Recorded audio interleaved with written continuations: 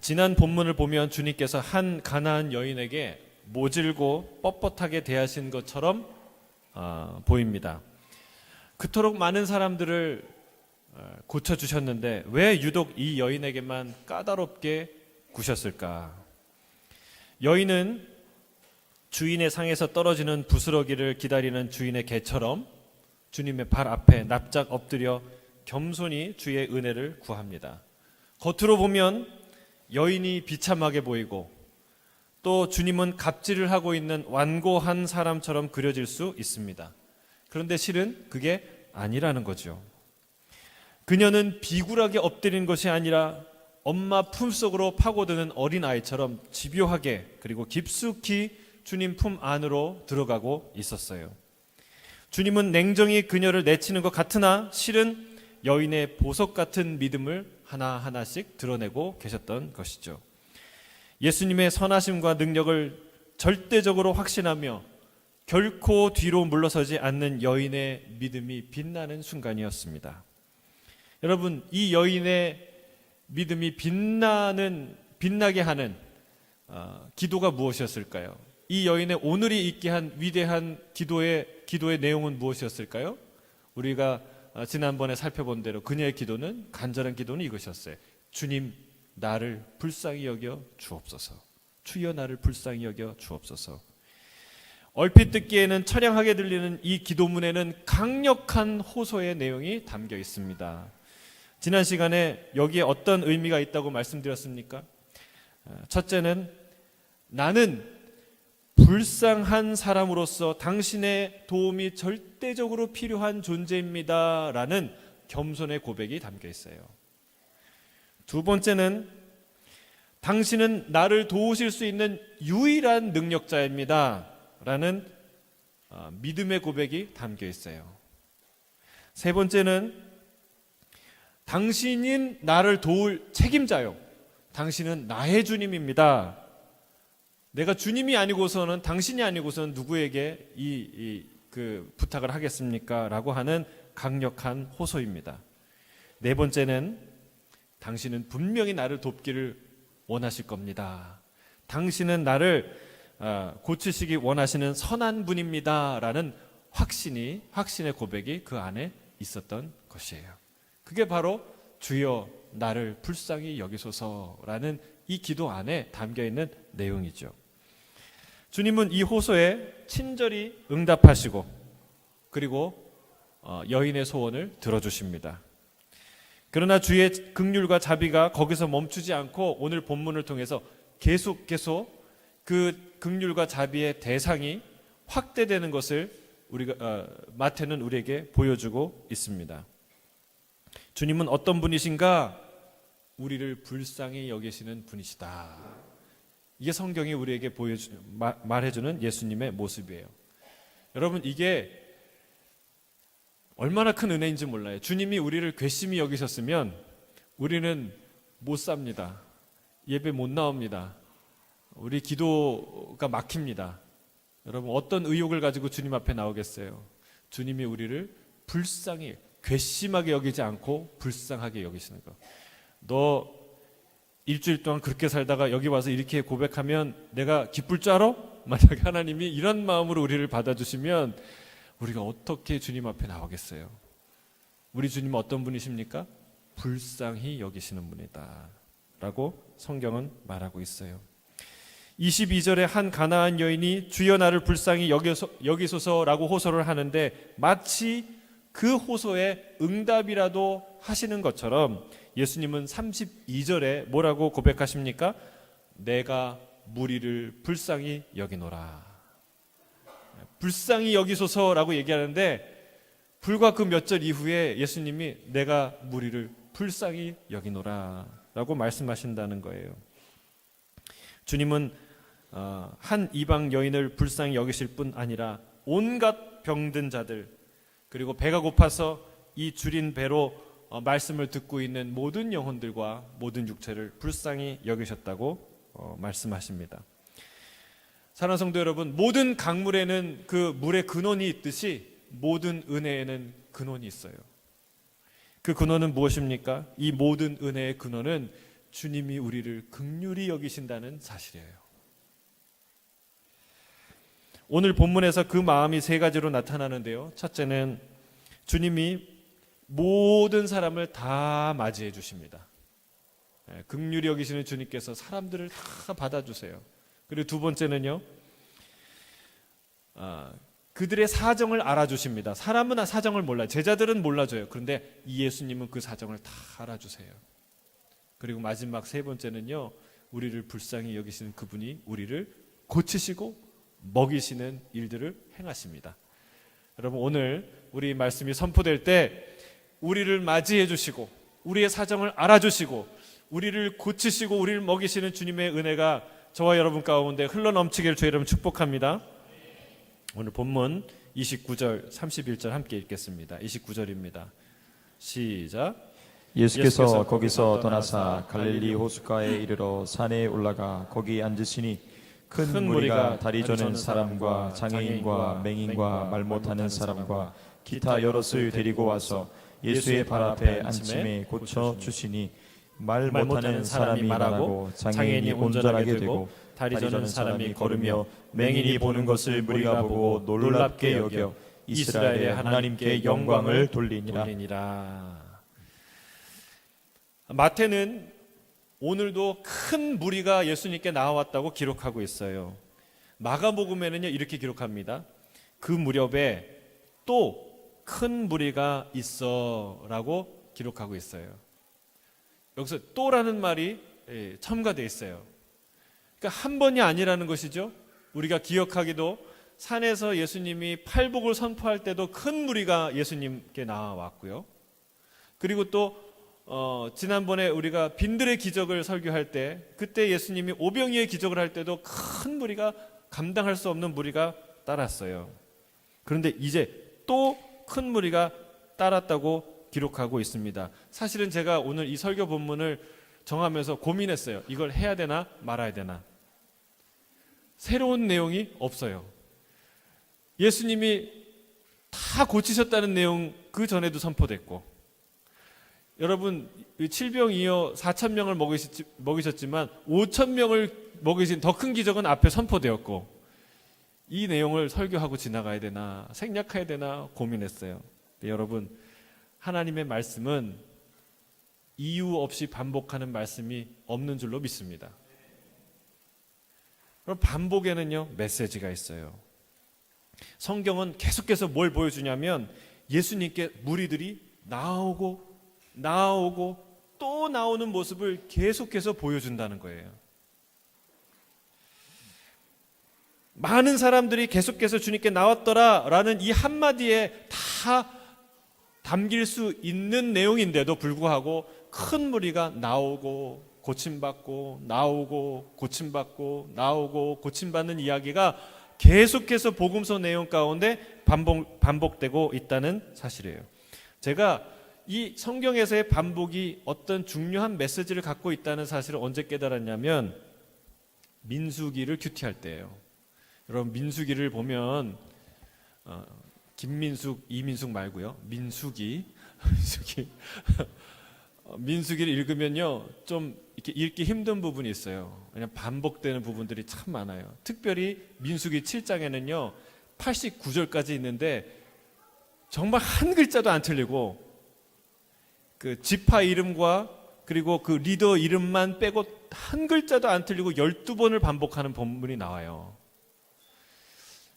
그러니까 성막을 다 짓고 완성된 다음에 지파의 리더들이 그 헌물을 가지고 주님 앞에 나아가는데 소제물을 담은 은반, 향을 담은 금그릇, 번제물과 속죄제물, 화목제물을 각 리더마다 매일 하루에 한 사람씩 갖고 나가요.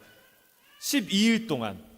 근데 그 말이요 첫째 날, 둘째 날, 셋째 날 요것만 다르고 지파 이름과 그 사람 이름만 다르고 똑같이 반복이 돼요. 그래서 제가 큐티하면서 그 생각을 했어요. 왜 이걸 12번이나 반복했나. 그러니까 이렇게 가만히 생각하는데 무슨 생각이 들었냐면요, 아하, 이 7일째 하나님께 드린 송아지는 7일째 제단에서 하나님 앞에 드린 송아지는 6일째 드렸던 송아지와 다른 송아지구나. 여러분, 이게 너무 당연한 얘기인데 그때 깨달은 거예요. 첫째 날 드린 송아지는 12째 날 드린 송아지랑 같을 수가 없는 거예요. 12째 날 드린 송아지는 또 12째 날 하나님 앞에 드려진 전혀 새로운 제물이었던 거예요. 여러분, 우리가 매주 똑같은 예배를 드리는 것 같지만, 똑같은 기도를 드리는 것 같지만, 여러분 1년 365일 52주에 52번의 예배가 똑같습니까? 똑같은 찬양을 해도 똑같은 찬양이 하나도 없어요. 똑같은 헌물을 드려도 똑같은 헌물이 하나도 없어요. 그걸 깨달은 것이죠. 여러분, 지면상으로는 생략할 수는 없지만 실제로는 생략할 수 없는 그 무엇이 있어요. 용산의 전쟁기념관에 갔는데 한 벽에는요, 쭉 통로에 검은 비석에 이름이 써 있어요.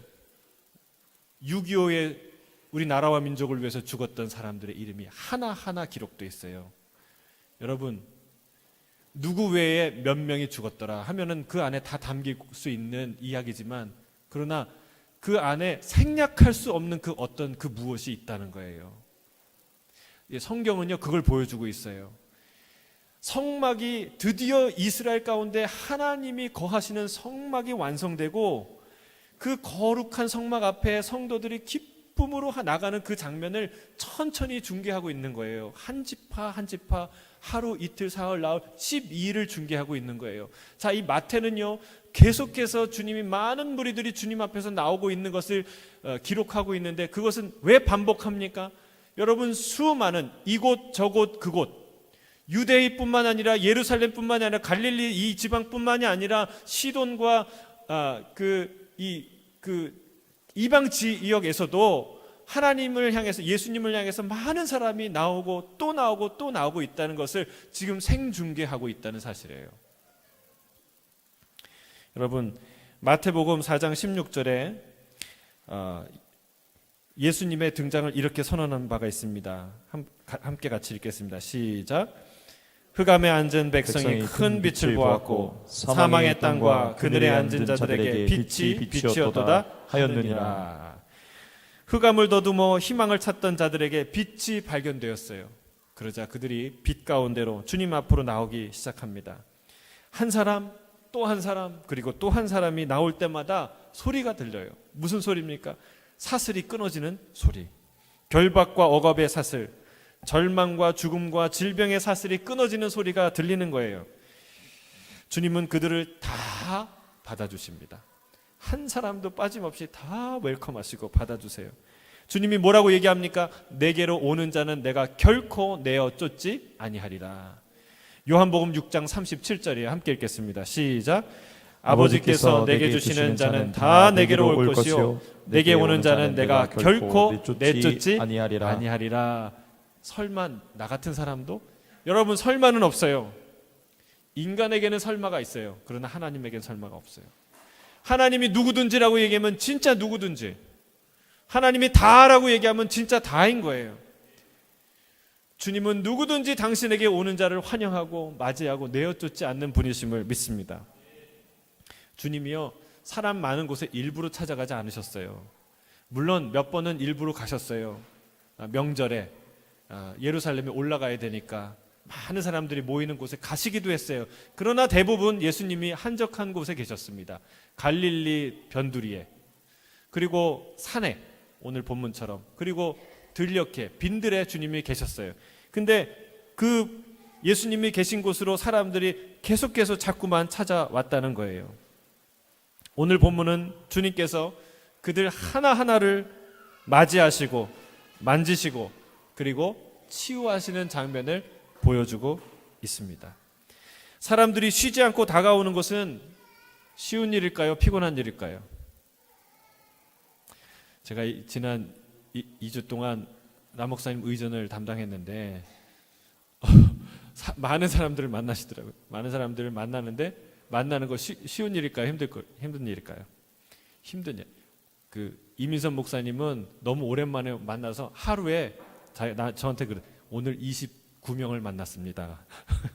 여러분 한 명, 두 명, 몇 명을 만나기도 힘든데 여러분 29명만 만났겠습니까? 예수님이 끊임없이 몰려오는 그 많은 사람들을 다 맞이하는 건 쉬운 일이 아닌 거예요. 더군다나 주님은요, 병자들이 자기의 옷자락, 병을 낫고 싶어서 나을까봐 기대하는 마음으로 옷자락을 만지는데 다 허락했대요.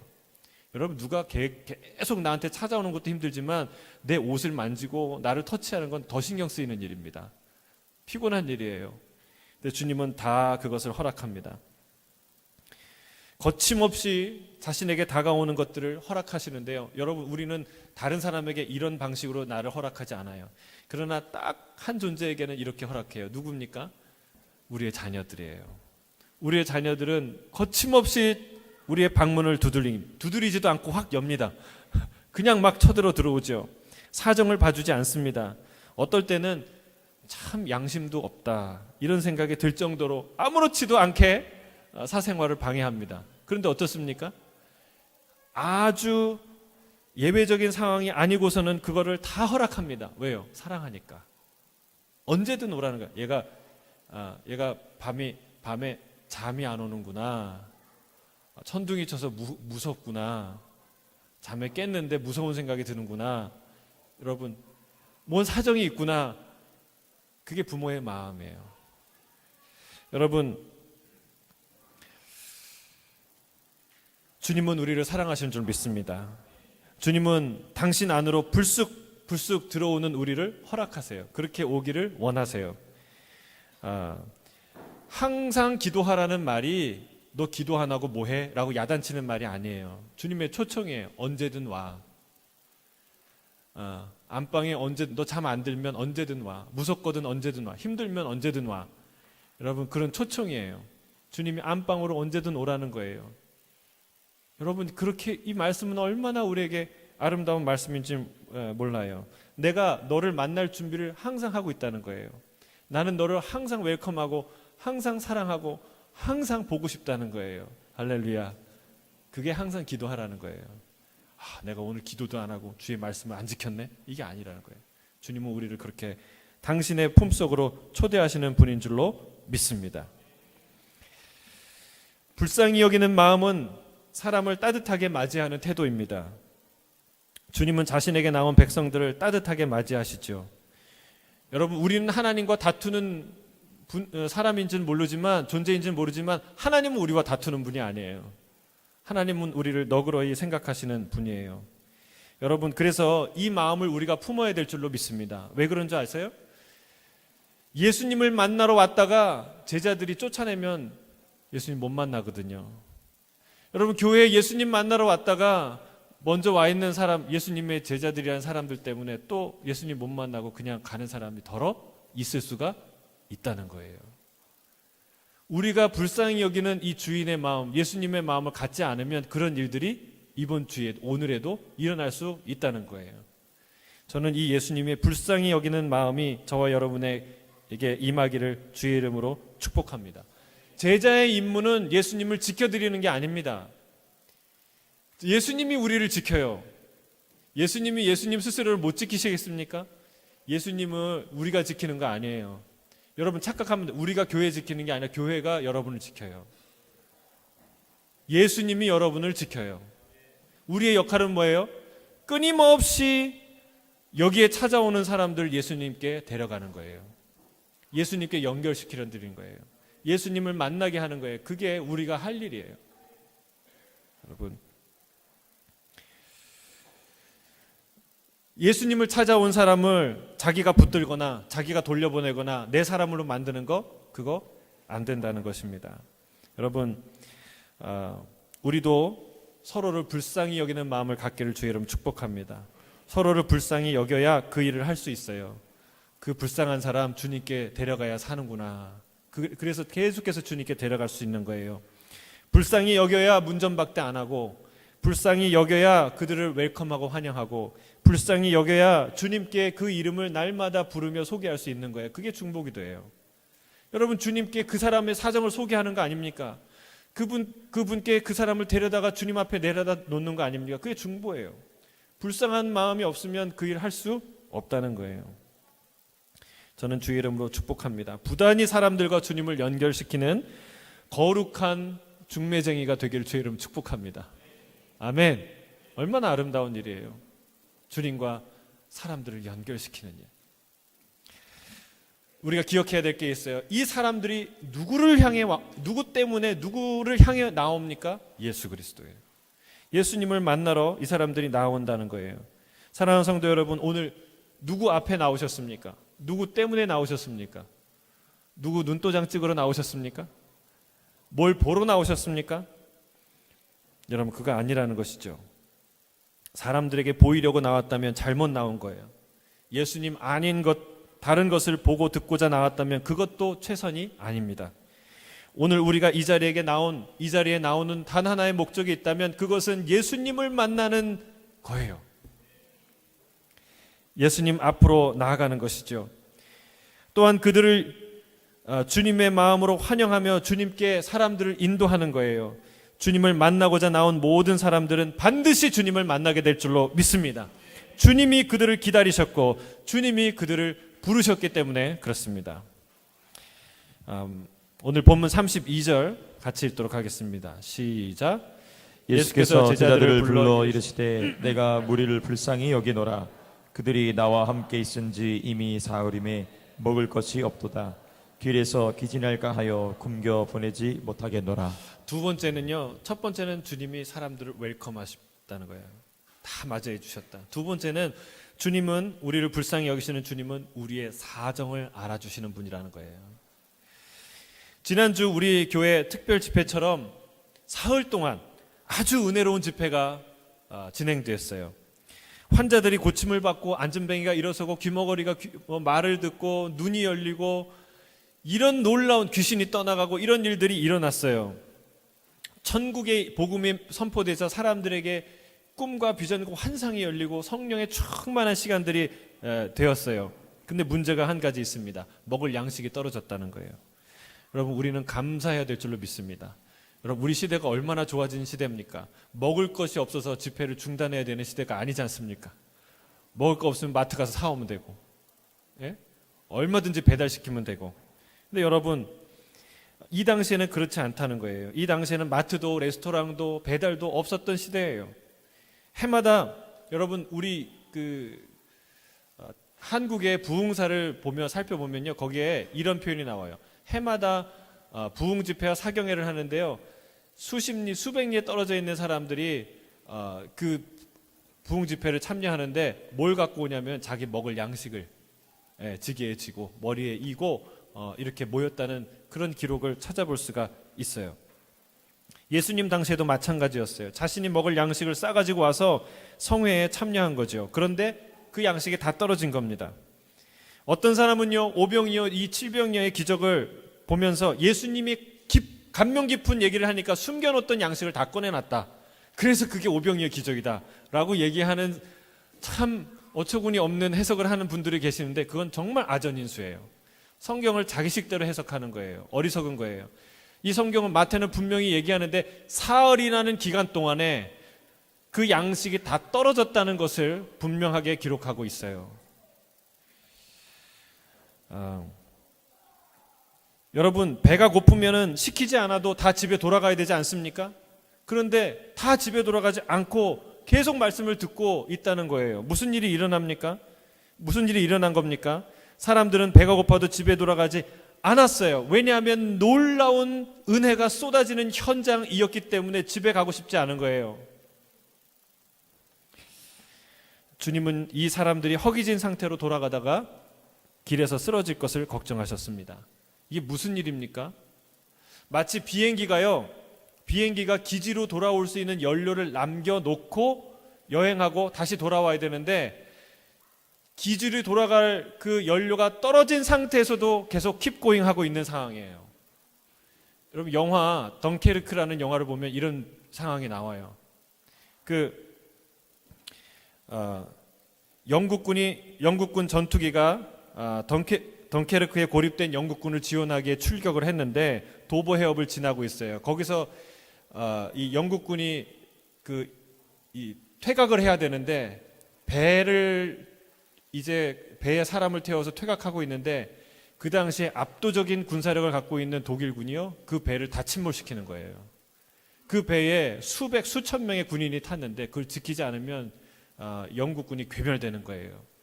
근데 이 비행기를 탄 이 조종사가 계속 계기판을 봅니다. 연료가 얼마 남았는지 이제 돌아갈 수 있는지. 근데 이제 돌아가야 되는 타이밍인데 적군이 나타났어요. 근데 이 독일군을 어떻게 싸워야 되냐? 싸우면 다시 못 돌아가는 거예요. 고민하죠. 그때 결단합니다. 내가 끝까지 싸워서 수천 명의 인명을 구하리라. 그리고 그 독일 전투기와 격전을 벌여서 추격시키는 그 장면이 나오는 거예요. 그런 상황이 떨어진 거예요. 그런 상황이 된 것이죠. 준비해온 양식은 다 떨어졌고 어디 손 내밀 곳도 없고 쏟아지는 은혜는 있는데 그런데 더 이상 버틸 힘은 없고 참 은혜를 포기할 수 없는 이런 안타까운 상황이에요.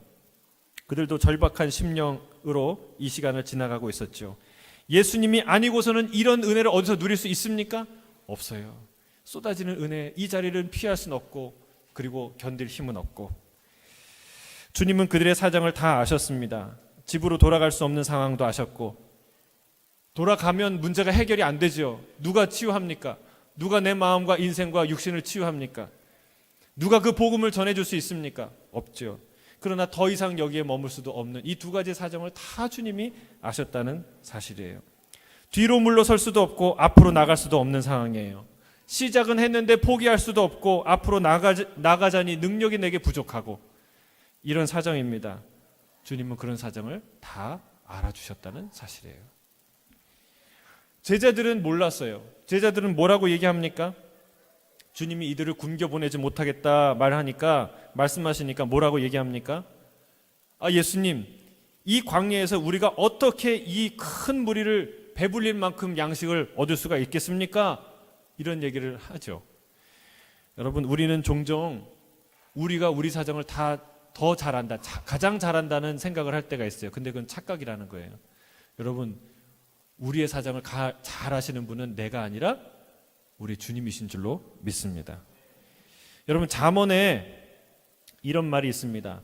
의인은 가난한 자의 사정을 알아주나 악인은 알아줄 지식이 없느니라. 하나님이 우리의 사정을 어떻게 할까요? 우리를 불쌍히 여기시는 분이기 때문에 우리의 사정을 알아주시는 거예요. 악인은요, 똑똑한 척은 다 합니다. 다 아는 것 같고 다 잘난 것 같고, 그런데 결국은 지식이 없어요. 어떤 지식? 사람을 알아주는 지식. 가난하고 힘든 사람의 그 사정을, 그 전후좌우를 헤아릴 지식이 그에게 없다는 거예요. 여러분, 이 악한 사람이요, 가난을 경험하지 못해서 악해졌을까요? 그래서 그런 지식이 없을까요? 아니에요. 이 자리에 오기까지, 그 자리에 올라서기까지 그 사람도 고난의 시간을 지나갔을 거예요. 고통을 경험했을 거예요. 그런데 왜 가난한 사람들을 헤아릴 수 있는 지식이 없을까요? 불쌍히 여기는 마음이 사라졌기 때문에 그래요. 우리 주님은 우리를 불쌍히 여기시는 분입니다. 그래서 우리 사정을 잘 아세요. 여러분, 우리 마음에 불쌍히 여기는 마음이 사라지는 두 가지 이유가 있어요. 첫째는 당연히 여길 때 사라져요.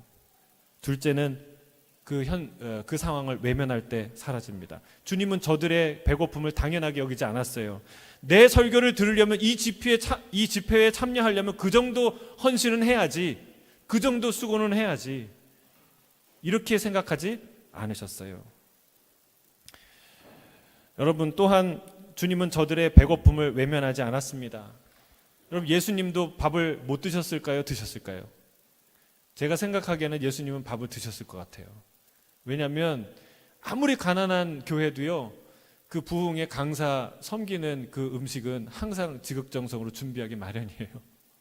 사흘이 돼서 음식이 다 떨어져도 주 강사이신 예수님 섬길 음식은 있었을 거예요. 근데 예수님이 자기 배 부르다고 배고픈 자들 외면하지 않으셨다는 거예요.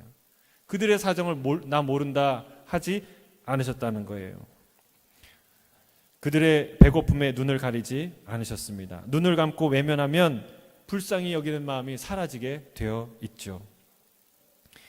주님은 배고픈 또 하나의 그 예수님이 사정을 알아주셨던 대상이 바로 제자들이에요. 배고픈 무리의 사정을 아실 뿐만 아니라 그들을 먹일 능력이 없는 제자들의 사정도 물론 예수님이 알고 계셨어요. 주님은 그래서 이렇게 물어보십니다. 너희들 가서 이 배고픈 무리들에게 먹일 수 있는 양식을 얼마나 갖고 올 수 있느냐 물어보지 않고 네가 갖고 있는 떡이 몇 개나 있느냐라고 물어보세요. 여러분, 주님은 우리에게 종종 당신의 비전을 말씀하십니다. 캄보디아에 대한 얘기를 우리한테 하시거나 베트남에 대한 이야기를 우리에게 하세요. 가난한 자에 대한 이야기를 우리에게 하세요. 그런데 그거는요, 우리가 왜 그런 얘기를 듣느냐? 주님과 가까이 있기 때문에 얘기를 듣는 거예요. 주님과 친하기 때문에 주님의 이야기를 듣는 것이죠. 근데 그 이야기가 우리 보러 다 하란 얘기가 아니에요. 다 하란 얘기가 아니에요. 여러분, 그들을 불쌍히 여기시고 그들을 입히시고 그들을 먹이시고 그들을 고치실 분은 누구십니까? 예수님이에요. 예수님이 그런 거 다 갖고 계세요. 계획을 갖고 계세요. 근데 우리는요, 착각하는 거예요. 어떻게 내가 하지? 주님이 다 생각을 갖고 계시는 줄로 믿습니다. 여러분, 내가 하려니까 힘든 거예요. 그걸 나보러 하라고? 그 선교를 내가 해야 돼? 저 사람들을 내가 먹여야 돼? 저 사람은 내가 섬겨야 돼? 여러분, 내가 하려고 하니까 힘든 거예요. 주님이 하시겠다 생각하면요, 믿음이 생겨요. 기대가 생겨요. 아, 뭔가를 하시겠구나. 근데 내가 해야 되나? 나보러 하라는 얘기인가? 이런 생각을 하면 그 다음부터는 힘든 거예요. 교회 사역도 힘들고 하나님 말씀하시는 것도 선교도 힘들고 다 힘든 거예요. 여러분, 그걸 나보고 하라고 이렇게 생각하지 마시고요. 주님께서 아시겠지, 주님께서 하시겠지, 이렇게 생각해야 될 줄로 믿습니다. 그래야 우리는 주님, 이 광야에서 어떻게 이 많은 사람들을 먹이라고 하십니까? 라고 말하지 않고 주님, 이들을 위해서 저희가 뭐를 해야 될까요? 라고 말하게 되는 거예요. 주님이 뭔가 하실 것을 기대하면 그렇게 태도가 바뀌는 것이죠. 주님은 우리의 사정과 우리의 능력을 다 아시는 분인 줄로 믿습니다. 우리에게 없는 것을 요구하는 것이 아니라 우리에게 이미 있는 것으로부터 우리 모두에게 필요한 것을 차고 넘치도록 부으시고 채우시는 분이 우리 주님이신 줄로 믿습니다. 우리 마지막으로 본문 35절 38절 함께 읽겠습니다. 시작. 예수께서 무리에게 명하사 땅에 앉게 하시고 떡 7개와 그 생선을 가지사 축사하시고 떼어 제자들에게 주시니 제자들이 무리에게 주매 다 배불리 먹고 남은 조각을 7 광주리에 차게 거두었으며 먹은 자는 여자와 어린이 외에 4,000명이었더라. 우리를 불쌍히 여기시는 주님의 세 번째 행동은 자기에게 찾아온 무리들을 고치시고 먹이셨다는 거예요. 여러분, 주님께 나온 사람들의 면면을 보세요. 30절을 보면 다리 저는 사람, 장애인, 맹인, 말 못하는 사람, 기타 여럿이 주님께 나왔다라고 말합니다. 여러분, 한 사람 한 사람 얼마나 기구한 사연들이 있었겠어요. 얼마나 가슴 아픈 인생이었겠어요. 이런 아픈 사람들이 한둘이 아니고 큰 무리를 이루어서 주님께 나아오고 있어요. 여러분, 여기까지만 보면 비극이에요. 답답해요. 힘들어요. 그러나 마음이 아프죠. 그러나 주님은 이 사람들을 고쳐주십니다. 하나님이 고쳐주실 줄 믿습니다. 여러분, 고쳐지는 게 내가 아니에요. 아픈 사람 옆에 있는 거 힘든 일입니다. 그 이야기 들어주고 그 사정을 알아가는 것만으로도 힘든 일입니다. 그들을 불쌍히 여기는 것은 귀한 일이에요. 그러나 그건 내 힘으로 할 수 없다는 사실을 우리가 알아야 돼요. 내 힘으로 하다가는 그 환자와 함께 이 사람과 함께 나도 파산한다는 사실을 알아야 돼요. 얼른 그를 주님께 인도해야 돼요. 주님께 맡겨야 돼요. 주님의 힘으로 그 일을 감당해야 돼요. 그렇지 않으면 함께 그 자리에서 망하고 만다는 사실이에요. 주님이 우리를 고치시는 줄 믿습니다. 주님은 고치고 또 고치시는 분이에요. 다 고치시는 분이에요. 주님이 그 일을 할 수 있는 분이고 주님은 그 일을 하러 이 땅에 오신 줄로 믿습니다. 말 못하는 자가 말을 하고 장애인이 온전하게 되고 맹인이 눈을 뜨는 일을 우리 주님이 하시는 줄로 믿습니다. 또한 주님이 그들을 먹이십니다. 우리 하나님은 모든 육체에게 먹을 것을 주시는 하나님이시죠. 시편 136편 25절이죠. 모든 육체에게 먹을 것을 주시는 주님, 그 하나님을 찬양해요. 이 시편 기자는 하늘을 창조하시고 땅을 창조하시고 이스라엘에게 애굽의 장자를 죽이고 애굽에서 꺼내 오시고 그 다음에 광야를 통과하시고 그 다음에 가나안을 주신 그 모든 일들과 똑같이 한 가지의 사건을 언급하는데 그게 뭐냐면 먹을 것을 주시는 하나님이라는 거예요. 그래서요, 여러분 생각하셔야 돼. 예배 드리는 것만 중요하고 식당에서 밥하는 건 안 중요하냐? 아니라는 거예요. 밥 먹이는 일이 하나님의 중요한 일 중에 하나라는 거예요. 저는 식당에서도 예배가 되길 주의 이름 축복합니다. 여러분, 밥 먹이시는 하나님이에요. 주일 점심을 챙기고 성도들의 먹을 양식을 챙겨주는 그런 것이 매우 중요한 섬김이라고 주님이 말씀하세요. 하나님께서 우리에게 그 일을 하신다고 말씀하십니다.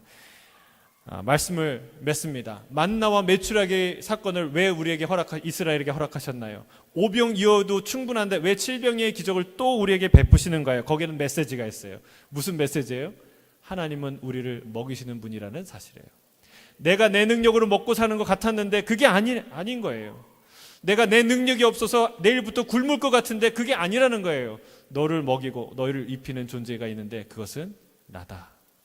내가 너를 입힌다. 내가 너를 먹인다 말씀하십니다. 주님은 불쌍히 여기는 것을 기뻐하십니다. 불쌍히 여기는 마음은 우리의 영혼을 풍성하게 하는 비밀인 줄로 믿습니다. 우리 안에 기적이 일어나는 원리가 바로 불쌍히 여기는 마음이라는 사실이에요.